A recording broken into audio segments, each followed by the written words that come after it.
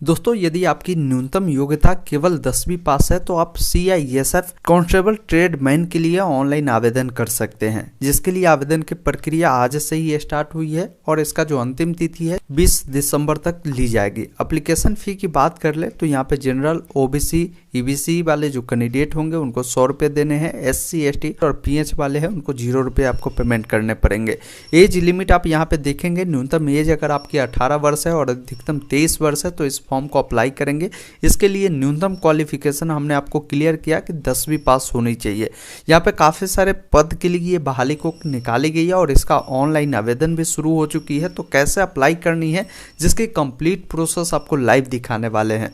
सारी जानकारी हिंदी में अगर पढ़ना चाहते हैं तो वीडियो डिस्क्रिप्शन में हमने लिंक प्रोवाइड कर दिया है, या नहीं तो गूगल ओपन करेंगे, सर्च करेंगे ऑनलाइन अपडेट stm.in और यहाँ पे देखेंगे लेटेस्ट जॉब में आपको CISF कांस्टेबल ट्रेडमैन रिक्रूटमेंट मिलेगा, जिस पे क्लिक करके आप सारी जानकारी को एक बार रीड आउट करिए और अगर आप अप्लीकेबल है, अप्लाई करना चाहते हैं तो अप्लाई आप कर सकते हैं। सारी जानकारी समझने के बाद नीचे स्क्रॉल करिएगा और यहाँ पे डायरेक्ट आपको लिंक उपलब्ध कराई गई है ऑनलाइन अप्लाई करने का, जिस पर आपको क्लिक करना है। क्लिक करने के बाद आपको रिडायरेक्ट करेगा CISF के जो ऑफिशियल वेबसाइट है, इस वेबसाइट पे। अगर इस वेबसाइट पे आपने इससे पहले कभी भी फॉर्म फिल किया है तो आप डायरेक्ट इस वेबसाइट पे लॉगिन हो सकते हैं। अगर आप नए यूजर हैं तो आपको एक ऑप्शन मिलता है न्यू रजिस्ट्रेशन का, जिस पर क्लिक करना है।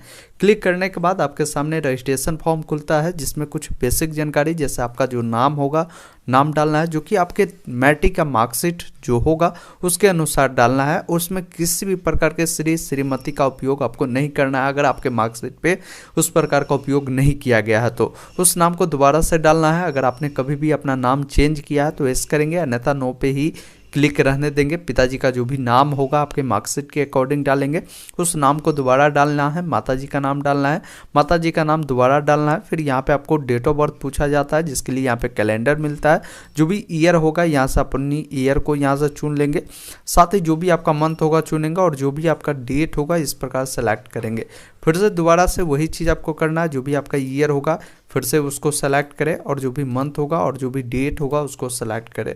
आपका जेंडर पूछा जाता है, अपना जेंडर को चयन करें, दोबारा से उसको वेरीफाई करें, इस कैप्चा कोड को डालें और एक ऑप्शन आपको सबमिट का मिलता है, जिस पर क्लिक करें।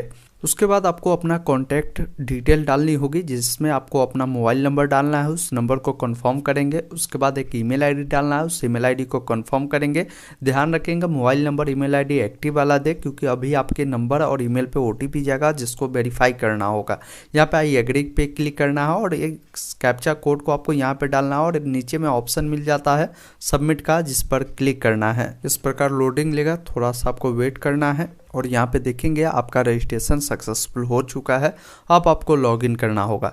ध्यान रखेंगे आपका जो रजिस्ट्रेशन आईडी है वो आपके जो रजिस्टर ईमेल आईडी है और जो मोबाइल नंबर है उस पर भेज दिया जाता है और साथ ही पासवर्ड भी आपके नंबर और ईमेल पे भी भेज दिया जाता है, जिस मदद से लॉगिन वाले पे जब क्लिक करेंगे तो आपको लॉगिन करने के लिए आवश्यकता पड़ेगी। सबसे पहला काम आपको करना है, यहाँ पे मोबाइल नंबर ईमेल आईडी को वेरीफाई करना है पहले, जिस पे क्लिक करेंगे। क्लिक करने के बाद यहाँ पे जो आपको रजिस्ट्रेशन नंबर आपके नंबर पे भेजा गया उसको डालेंगे और एक ऑप्शन मिलता है जनरेट OTP, जिस पर क्लिक करेंगे। उस OTP को यहाँ पे डालेंगे, वेरीफाई वाले पे क्लिक करेंगे तो आपका जो मोबाइल नंबर पे है वेरीफाई हो चुका है। उसी प्रकार ईमेल आईडी वाला भी OTP डालकर इसको वेरीफाई करेंगे। उसके बाद फिर से इस वेबसाइट पे आना है, आपको एप्लीकेंट लॉगिन का लिंक मिलता है, जिस पर क्लिक करेंगे। यहाँ पर आपको जो रजिस्ट्रेशन नंबर आपके नंबर पर भेजा गया है उसको डालेंगे, जो पासवर्ड अभी आपको मिला है उसको डालेंगे, इस कैप्चा कोड को डालेंगे, सबमिट पे क्लिक करेंगे। लॉगिन पे क्लिक करते ही यहाँ पर एक ऑप्शन आपको मिलेगा क्लिक हियर टू अप्लाई, जिस पे क्लिक करना है। क्लिक करने के बाद आपके सामने इसका जो भी गाइडलाइन है वो खुलकर आता है।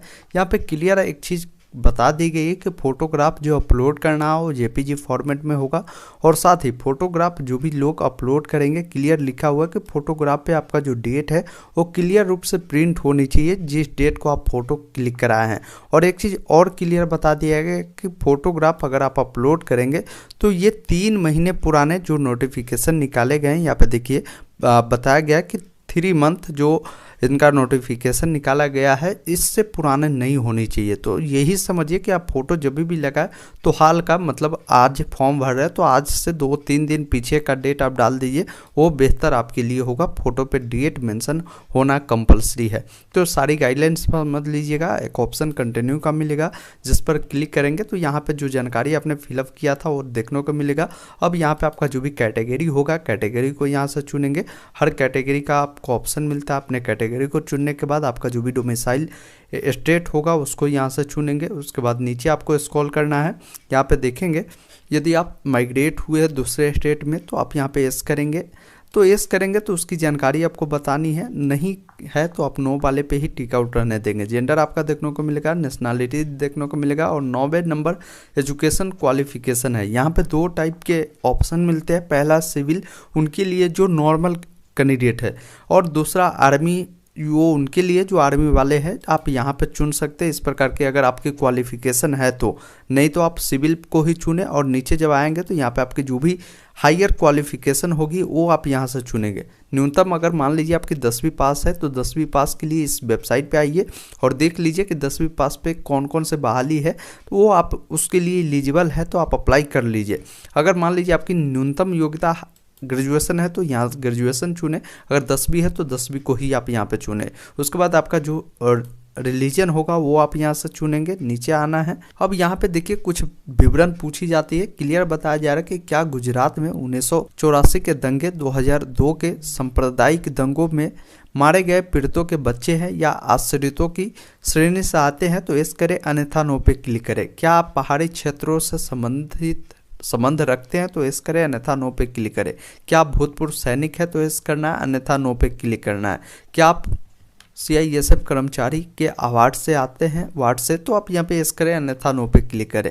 यहाँ पे बोला जा रहा है कि क्या आप सरकारी विभाग के अगर है तो आप यहाँ पे यस करेंगे, अन्यथा नो पे क्लिक करेंगे।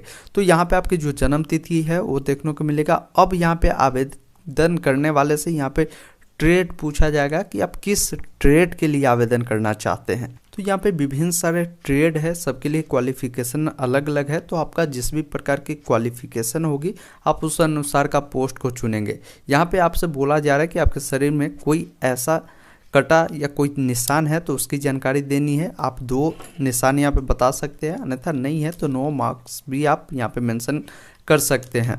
उसके बाद आपको नीचे आनी है। आपकी जो भी परमानेंट एड्रेस होगी उनकी जानकारी देनी है। जैसे आपका विलेज जो भी होगा, इस कॉलम में आप अपना विलेज को इस प्रकार मेंशन करेंगे। साथ ही आपका जो पोस्ट होगा, पोस्ट लिखेंगे। क्योंकि हम आपको डेमो के तौर पे बता रहे हैं इसलिए विलेज लिख रहे हैं। इसका मतलब ये नहीं कि आप इस प्रकार डालेंगे। अपना विलेज का नाम यहाँ पे डालना है। ये विलेज आपको नहीं डालनी है क्योंकि विलेज ऑलरेडी इधर डाला हुआ है। इस प्रकार नीचे आना है। आपका जो भी डोमिसाइल स्टेट होगा उसको चुनेंगे और जो भी आपका जिला होगा यहाँ से जिला को चुनेंगे। पिन कोड जो भी होगा यहाँ से पिन कोड को एंटर करेंगे। आपको नीचे आना ही है। अगर आपका परमानेंट और कॉरेस्पॉन्डेंस दोनों सेम है तो उस केस में यहाँ पे टिक करेंगे तो ये ऑटोमेटिक ये डिटेल आपका फिलअप हो जाएगा। उसके बाद आपका मोबाइल नंबर, ईमेल आईडी देखने को मिलता है। नीचे आनी है। यहाँ पे देखेंगे आपसे टाइप ऑफ आईडी कार्ड मांगा जाता है। यहाँ पे कोई एक गवर्नमेंट आईडी कार्ड आप लगा सकते हैं। इसमें से इतने सारे ऑप्शन है, अन्यथा नहीं है तो स्कूल आईडी कार्ड या कॉलेज आईडी कार्ड भी आप यहाँ पे उपलब्ध करा सकते हैं। तो जो भी है आपके सामने उसको सेलेक्ट करें और उस आईडी नंबर को आप यहाँ पे फिलअप कर देंगे।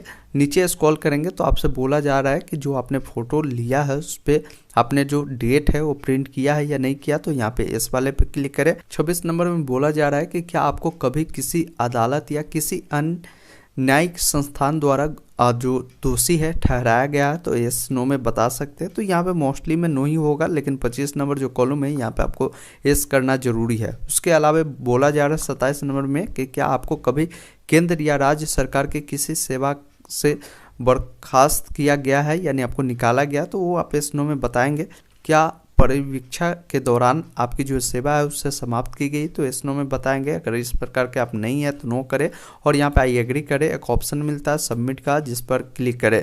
इस प्रकार आपका जो पर्सनल डिटेल है वो सक्सेसफुल सेव होता है। उसके बाद सारी डिटेल आपको मिलान कर लेनी है। मिलान करने के बाद सारा डिटेल सही अगर पाया जाता है तो यहाँ पे आई एग्री करें। अब फाइनल सबमिट कर सकते हैं। कोई डिटेल गलत है तो अभी आप एडिट कर सकते हैं। जैसे मेरा सारा डिटेल सही है तो यहाँ पे फाइनल सबमिट वाले पे क्लिक करेंगे, यहाँ पे ओके वाले पे क्लिक करेंगे। अब आपको जो डॉक्यूमेंट अपलोड की बारी आती है, जिसमें सारी डॉक्यूमेंट जैसे आपका प्रूफ ऑफ एज के लिए एक आपको डॉक्यूमेंट देनी होगी जो कि PDF फॉर्मेट में होगी। इसके लिए अगर आपके 10th पे मार्कशीट पे अगर आपका डेट ऑफ बर्थ मेंशन है तो उस मार्कशीट को भी अपलोड कर सकते हैं। अगर उस पर मेंशन नहीं है तो उस केस में आधार कार्ड आप लगा सकते हैं। मोस्टली केस में मार्कशीट पे आपका रहता ही है आपका एज के लिए डेट ऑफ बर्थ, तो उसको भी आप लगा सकते हैं। उसके बाद जो आपकी हायर एजुकेशन आपने चुना होगा मान लीजिए, तो वो आपके एजुकेशन सर्टिफिकेट भी आपको अपलोड करनी होगी जो कि PDF फॉर्मेट में ही होगा। उसके बाद डोमिसाइल सर्टिफिकेट यानी निवास प्रमाण पत्र को अपलोड करना है। फिर नीचे देखेंगे फ़ोटो अपलोड करना जो कि JPG फॉर्मेट में होगा, 50 KB से कम की होनी चाहिए। सिग्नेचर आपको अपलोड करनी है 20 KB से कम होनी चाहिए और 10 KB से अधिक होनी चाहिए। तो यहाँ पे आपको चूज करना है और यहाँ पे अपलोड वाले पे क्लिक करना है। इस प्रकार देखेंगे आपका सारा डॉक्यूमेंट सक्सेसफुल अपलोड हो जाता है। तो इस प्रकार उसको आप व्यू भी यानी देख भी सकते हैं। तो उसके बाद अगला जो ऑप्शन मिलता है आपको 7 कंटिन्यू का, एक चीज़ ध्यान रखेंगे, फ़ोटो जब भी डालेंगे उस पर डेट मेंशन होना कंपलसरी है। नाम नहीं मेंशन करना, डेट मेंशन करना है।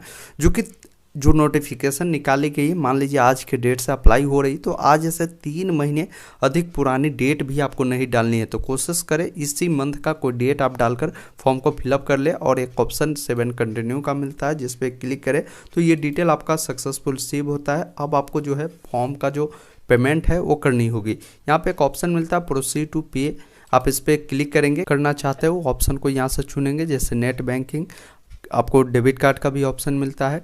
इसके अलावा भी UPI का भी ऑप्शन मिलता है। तो जिस भी माध्यम से आपको ऑप्शन चुनना है उसको क्लिक करेंगे और कार्ड नंबर और एक्सपायरी मंथ ईयर इस सभी को डालेंगे और पेमेंट को आपको कंप्लीट करनी है। पेमेंट कंप्लीट होने के बाद आप यहां से इसका जो प्रिंट है वो ले सकते हैं और यहां पे लिखा रहेगा यू आर एलिजिबल, आप इस पर क्लिक करके आप इसका प्रिंट संभाल कर रख लेंगे। तो इस प्रकार CISF कांस्टेबल ट्रेडमैन के लिए फॉर्म निकाली गई है जिसके लिए आवेदन आप कर सकते हैं। सारी जानकारी हमारे वेबसाइट पे भी उपलब्ध कराई गई है, आप आकर सारी जानकारी देखेंगे।